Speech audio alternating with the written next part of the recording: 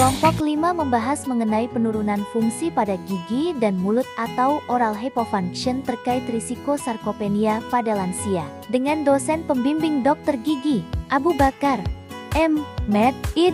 Ph.D.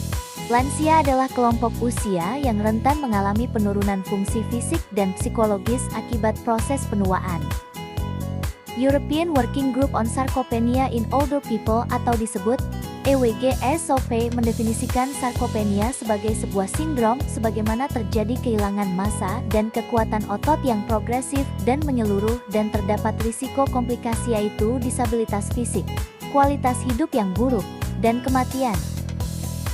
Nah, tadi sudah membahas lansia dan sedikit mengenai sarkopenia, sekarang kita membahas apa itu oral hypofunction.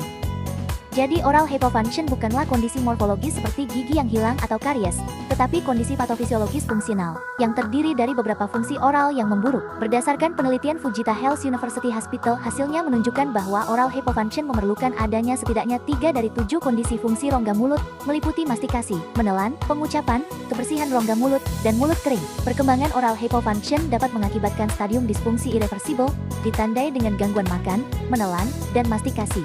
Nah, jadi bagaimana penurunan keadaan dan fungsi gigi dan mulut atau oral hypofunction terkait resiko sarkopenia pada lansia?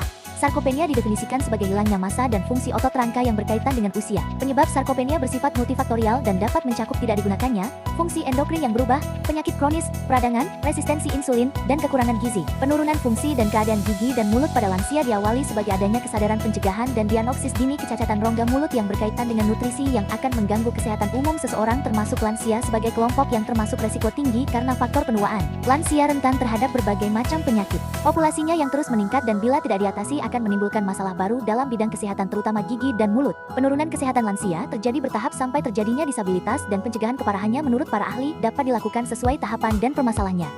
Diagnosis sarkopenia ditegakkan dengan adanya kualitas atau kuantitas otot yang rendah. Jika kekuatan otot dan kuantitas atau kualitas otot ditemukan rendah dengan disertai performa fisik yang buruk, sarkopenia dikatakan dalam derajat berat.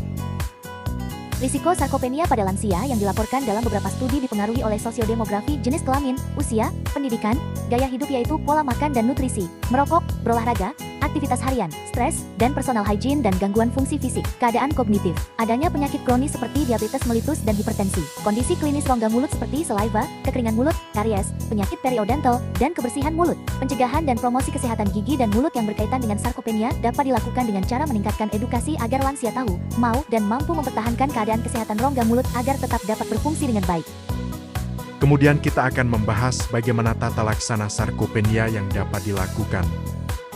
Tata laksana sarkopenia yang dapat dilakukan adalah dengan memberikan latihan fisik. Salah satu yang direkomendasikan adalah olahraga progresif tipe resisten PRT. Pada PRT, lansia melatih otot melawan kekuatan eksternal yang meningkat secara progresif seiring dengan waktu. Latihan olahraga progresif ini dapat diajarkan oleh fisioterapi yang bertujuan untuk memulihkan atau meningkatkan kekuatan otot, keseimbangan serta memulihkan gerak dan fungsi tubuh.